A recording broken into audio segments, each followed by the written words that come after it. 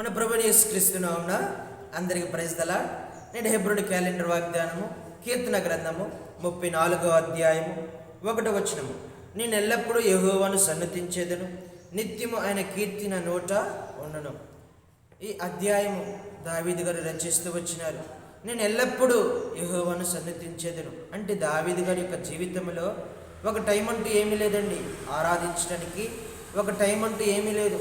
ప్రతి రోజు, ప్రతి క్షణము, ప్రతి సెకను ఆరాధించేటువంటి వాడుగా నిత్యము ఆయన నోట ఏమి కనిపిస్తున్నాయి అనంటే దేవుని యొక్క కీర్తి, దేవుని యొక్క అద్భుతమైనటువంటి కార్యాలు, ఆశ్చర్యమైనటువంటి కార్యాలు దేవుని వర్ణించేటువంటిదిగా మనము చూస్తూ ఉన్నాం దావీదు గారి యొక్క జీవితంలో. ఇది ఎలాగ సాధ్యమవుతూ వచ్చిందనంటే ఎన్నో కష్టాలు అనుభవించినటువంటి వాడు, ఎన్నో బాధలు అనుభవించినటువంటి వాడు, ఎన్నో శ్రమలు అనుభవించినటువంటి వాడు. ఇలాంటి బాధల నుంచి వచ్చినటువంటి కీర్తన భాగమే ఈ అధ్యాయము. ఆరాధన కలిగినటువంటి అధ్యాయం. దేవుని రుచి చూచి ఎరిగినటువంటి వాడు, విరిగిన నలిగిన మనసు కలిగినటువంటి వాడు, నీతి కలిగినటువంటి జీవితము జీవించినటువంటి వాడు, దీనత్వము కలిగినటువంటి వాడు, నిజముగా సత్యము కలిగి ప్రవర్తించేటువంటి వాడుగా ఈ అధ్యాయంలో మనము చూస్తూ ఉన్నాం. దావీదు గారి యొక్క ప్రవర్తన మనము ఈ అధ్యాయము ధ్యానిస్తే మనము తెలుస్తూ ఉంటుంది.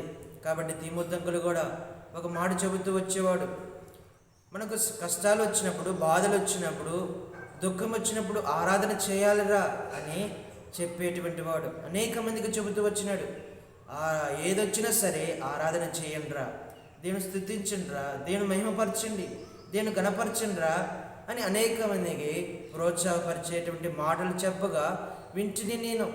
ఆరాధనకు అంత ప్రాధాన్యత ఉన్నది. ప్రభుని యేసుక్రీస్తు వారి యొక్క రక్తము ప్రతి పాపం నుంచి విడుదల అంటే ఆరాధించేటువంటి విషయంలో మన ప్రభుని యేసుక్రీస్తు వారి యొక్క రక్తము గురించి స్మరణకు తీసుకునేటువంటి విషయంలో విడుదల కలుగుతుంది, రక్షణ కలుగుతుంది. మన దుఃఖము, నిట్టూర్పు ఎగిరిపోతాయి.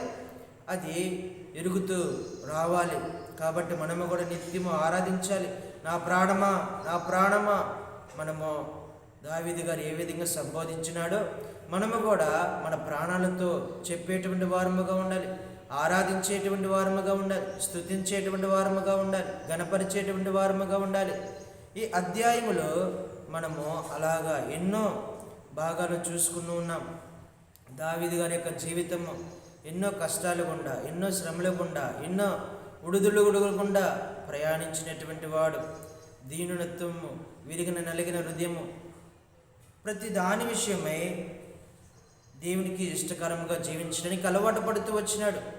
కాబట్టి మన జీవితంలో కూడా దేవునికి ఏదైతే ఇష్టమో అది మనము చేసేటువంటి వారముగా ఉండాలి, అలవాటు పడుతూ రావాలి.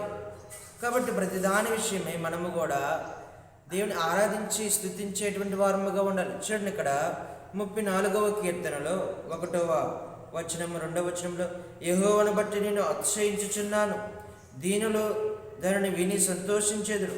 యెహోవాను బట్టి నేను అతిశయించుచున్నాను. ఇక్కడ దేవుని బట్టి అతిశయించుచున్నాడు. దేవుని బట్టి, దేవుని బట్టి, దేవుని బట్టి అనేటువంటి వారి జీవితంలో దేవుడు గొప్ప కార్యాలు చేస్తాడండి. దేవుని పక్కన పెట్టేసి నన్ను బట్టి, నా వారిని బట్టి, అనేకమైనటువంటి వారిని బట్టి, అనేకమైనటువంటి సంగతులను బట్టి మనము ఉచ్చరించినామనుకోండి, దేవునికి వ్యతిరేకముగా ఉన్నటువంటి వారముగా ఉంటాం. నన్ను బట్టి అని అనే దానికంటే యెహోవాను బట్టి అనటము ఎంతో ఉత్తమము, ఎంతో మేలు. కాబట్టి ఉదయకాల సమయంలో మనము యెహోవాను బట్టి అనే నామకరణము ఉచ్చరించేటువంటి వారముగా ఉండాలి. తర్వాత చూడండి, నేను యెహోవా యొద్ద విచారణ చేయగా ఆయన నాకు ఉత్తరం ఇచ్చెను, నాకు కలిగిన భయములన్నిటిలో నుండి ఆయన నన్ను తప్పించును. ఎన్నో భయాలు కలిగినటువంటి జీవితము, ఎంతో భయ ప్రాంతాలు కలిగినటువంటి జీవితము, ఆపదలు కలిగినటువంటి జీవితము, వాటన్నిటిలో నుంచి దేవుడు నన్ను తప్పించినాడు. వారు యెహోవా ఆయన తట్టు చూడగా వారికి వెలుగు కలిగెను, వారి ముఖములు ఎన్నడను లజ్జింపకపోయిను. యెహోవా తట్టు తిరిగినటువంటి వారికి వెలుగు కలుగుతుంది, అంధకారము పోతుంది, చీకటి పోతుంది. కాబట్టి యెహోవా తట్టు తిరుగుతూ వచ్చినాడు. వెలుగు కలిగినటువంటి జీవితము. భయాలు పోతూ వచ్చినాయి, శ్రమలు పోతూ వచ్చినాయి, కష్టాలు పోతూ వచ్చినాయి. ఇప్పుడు దేవుని ఆరాధించేటువంటి వాడుగా, స్తుతించేటువంటి వాడుగా కనిపిస్తున్నాడు మనకు దావీదు గారు. చూడు, ఈ దీనుడు మొరపెట్టుగా యెహోవా ఆలకించెను, అతని శ్రమలన్నిటిలో నుండి అతన్ని రక్షించును. దీనత్వము కలిగినటువంటి వాడుగా ఉన్నాడు, విరిగిన నలిగిన హృదయం కలిగినటువంటి వాడుగా ఉన్నాడండి. ఇక్కడ చూడండి 18వ వచనంలో, విరిగిన హృదయం గల వారికి యెహోవా ఆసనుడు, నలిగిన మనసు గల వారిని ఆయన రక్షించును. దీనత్వము కలిగినటువంటి వాడుగా ఉన్నాడు, విరిగిన నలిగిన హృదయం కలిగినటువంటి వాడుగా ఉన్నాడు. శ్రమలు పోతూ వచ్చినాయి, భయాలు శ్రమల నుంచి దేవుడు తప్పిస్తూ వచ్చినాడు, కాపాడుతూ వచ్చినాడు, భద్రపరుస్తూ వచ్చినాడు, సంరక్షిస్తున్నటువంటి వాడుగా ఉన్నాడు దేవుడు. ఇక్కడ దావీదు గారి జీవితంలో యెహోవాయందు భయభక్తులు గల వారి చుట్టూ ఆయన దూత కావలి ఉండి వారిని రక్షించును. యెహోవాయందు భయభక్తులు కలిగినటువంటి వాడు కాబట్టి తన చుట్టూ కాపుదల భద్రత ఉన్నది, తన చుట్టూ దేవుని దూత కావలిగా ఉన్నది, రక్షిస్తూ ఉన్నది. భయాల నుంచి, శ్రమల నుంచి, కరువు కాటకాల నుంచి, ప్రతి దాని నిమిత్తము దాని నుంచి దావీదు గారిని కాపాడేటువంటిది మనం చూస్తాము. యెహోవా ఉత్తముడని రుచి చూసి తెలుసుకున్నది, ఆయన ఆశ్రయించిన నరుడు ధన్యుడు. ధన్యత్వము కలిగినటువంటి జీవితము జీవిస్తూ ఉన్నాడు, దేవుని రుచి చూసి ఎరిగినటువంటి వాడుగా ఉన్నాడు. యెహోవాయందు భయభక్తులు గల వారు ఉంచు వారికి ఏ మేలు కొదవలేదు. సింహపు పిల్లలు లేమి గలవై ఆకలి కొనను యెహోవాను ఆశ్రయించు వారికి ఏ మేలు కొదువై ఉండదు. యెహోవాను ఆశ్రయించినటువంటి వాడు, యెహోవా దగ్గరికి వెళ్ళి విచారణ చేసేటువంటి వాడు, దేవుని పాదాలు పట్టుకున్నటువంటి వాడు, దేవుని మీద ఆధారపడేటువంటి వాడు. మనం ఏం చేస్తామండి?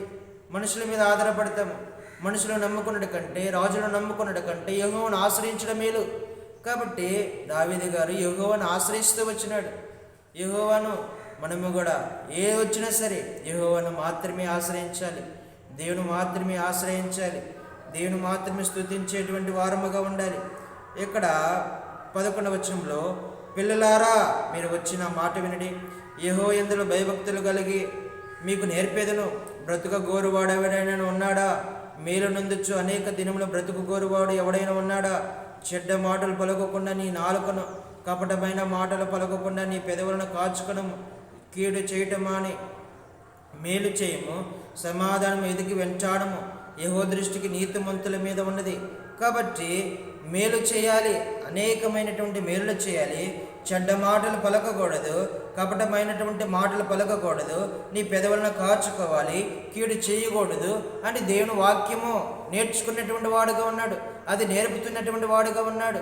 కీడుకు దూరముగా ఉన్నాడు, సమాధానం ఎదుగుతున్నాడు, మేలు చేసేటువంటి వాడుగా ఉన్నాడు. చెడ్డ మాటలు పలకకుండా తన పెదవులను కాపాడుకున్నటువంటి వాడుగా ఉన్నాడు. దుష్క్రియలు చేసేటువంటి వారికి దూరముగా ఉన్నాడు, పాపపు క్రియలు చేసేటువంటి వారికి దూరముగా ఉన్నాడు. యెహోవాయందు భయభక్తులు కలిగినటువంటి వాడుగా కనిపిస్తూ ఉన్నాడు. నీతిమంతులు మొరపెట్టగా యెహోవా ఆలకించును, వారి శ్రమలన్నిటిలో నుంచి వారిని విడిపించును. కాబట్టి వాటన్నిటిలో నుంచి యెహోవా వారిని విడిపించును. నీతిమంతునికి కలుగు అనేకమైనటువంటి ఆపదల నుంచి దేవుడు రక్షిస్తూ ఉన్నాడు. కాబట్టి నీతిమంతుడిని ద్వేషించువారు అపరాధులకు ఎంచబడును. యెహోవా తన సేవకుల ప్రాణమును విమోచించును. ఆయన శరణు చొచ్చిన వారిలో ఎవరునూ అపరాధులుగా ఎంచబడుడు. కాబట్టి మనము సేవకుని యొక్క ప్రాణమును, దావీదు గారి యొక్క ప్రాణమును ఏ విధంగా విమోచించి ఉన్నాడో, అనేకమైనటువంటి బాధలు, అనేకమైనటువంటి ఉపద్రవములు, అనేకమైనటువంటి శ్రమల నుంచి నీతిమంతుడికి కలిగినటువంటి ఆపదలు అనేకములు, వాటన్నిటి నుంచి దేవుడు దావీదు గారిని ఏ విధంగా తప్పిస్తే అలాగా దేవుని రుచి చూసేటువంటి వాడుగా ఉన్నాడు. దేవుని ఆరాధించి మహిమపరిచి గణపరిచేటువంటి వాడుగా ఉన్నాడు. ఈ ఉదయకాల సమయంలో మనము కూడా నేర్చుకోవాలి. శ్రమల గుండా, బాధల గుండా, భయాల గుండా, వీటన్నిటి నుంచి దేవుడు మనకు పాఠాలు నేర్పిస్తాడు. దేవుని ఆరాధించడానికి, స్తుతించడానికి, గణపరచడానికి, యెహోవా రుచి చూచి ఎరిగేటువంటి వారముగా ఉండాలని, మనము సత్యముగా జీవించాలని, నీతిగా జీవించాలని, కపటముకు మాటలకు దూరముగా ఉండాలని, కీడు చేసేటువంటి వారికి ఆ కీడు చేసేటువంటి ఉద్దేశాలు లేకుండా ఉండటానికి మనం వీటన్నింటికి దూరముగా ఉండి సమాధానం కలిగినటువంటి వారముగా ఉండాలని దేవుడు మనతో మాట్లాడుతున్నటువంటి మాటలుగా ఉండాలి. కాబట్టి ఉదయకాల సమయంలో మనం నేర్చుకోవాలి. ఇలాంటి వాక్యాలు నేర్చుకొని దావీదు గారు తన యొక్క కష్టముల నుంచి, శ్రమల నుంచి, భయాల నుంచి పుట్టుకొచ్చినటువంటి ఈ అధ్యాయం స్మరణకు తెచ్చుకోవాలి, జ్ఞాపకము తెచ్చుకోవాలి. ఎన్నో భయాలు, ఎన్నో శ్రమలు, ఎన్నో అనేకమైనటువంటి ఆపదలు, వీటన్నిటి నుంచి దావీదు గారిని తప్పిస్తూ వచ్చినాడు. వీటన్నిటి నుంచి దావీదు గారిని తప్పించడమే కాకుండా ఇప్పుడు దావీదు గారు ఆరాధించేటువంటి వాడుగా, స్తుతించేటువంటి వాడుగా, గణపరిచేటువంటి వాడుగా కనిపిస్తూ ఉన్నాడు. కాబట్టి ఉదయకాల సమయంలో మనము కూడా కష్టాలు వచ్చినా, ఇరుకులు, ఇబ్బందులు వచ్చినా దేవుని ఆరాధించి, స్తుతించి ఘనపరిచేటువంటి వారముగా ఉండాలి. అనేకమైనటువంటి సత్యాలు నేర్చుకునేటువంటి వారముగా ఉండాలి. ఇలాగ దేవుడు మన కుటుంబాలపైన తన కనుదృష్టి ఉంచి దీవించి ఆశీర్వదించిన గాక. ప్రార్థన చేసుకుందాం. పరిశుద్ధుడా, ప్రేమగల తండ్రి, మీ పరిశుద్ధ నాన్ని బట్టి వందనాలు, స్తోత్రాలు చెల్లిస్తున్న ప్రభా. ఈ ఉదయకాల సమయంలో మాతో మాట్లాడినందుకు వందనాలు. దావీదు గారు కలిగినటువంటి జీవితము ప్రభా మేము కూడా జీవించడానికి సహాయం చేయండి. ఎల్లప్పుడూ మిమ్మల్ని ఆరాధించేటువంటి భాగ్యము మాకు దయచేయండి ప్రభా. భయాల నుంచి, శ్రమల నుంచి, ఆపదల నుంచి ప్రభా పుట్టుకొచ్చినటువంటి ఆరాధన ప్రభా మేము కూడా ఆరాధన చేసేటువంటి వారముగా, స్తుతించేటువంటి వారముగా, కనపరిచేటువంటి వారముగా మమ్మల్ని సిద్ధపరచండి. మా కుటుంబాలపైన మీకు అనుదృష్టి ఉంచి ఆరాధించేటువంటి కుటుంబాలకు సిద్ధపరుస్తున్నామని ప్రార్థన చేస్తున్నాం తండ్రి. ప్రతి ఒక్కరి జీవితాల్లో కార్యం జరిగించిన వాక్యం ప్రతి ఒక్క కుటుంబంలో లోతైన కార్యం జరిగించి మీరు మహిమ పొందుతారమని ప్రార్థన చేస్తూ ఈ నా ప్రార్థన ప్రభువైన యేసుక్రీస్తు వారి పరిశుద్ధ నామములో ప్రార్థించి అడిగి వేడుకున్నాం తండ్రి. ఆమేన్. అందరికీ ప్రైజ్ ద లార్డ్.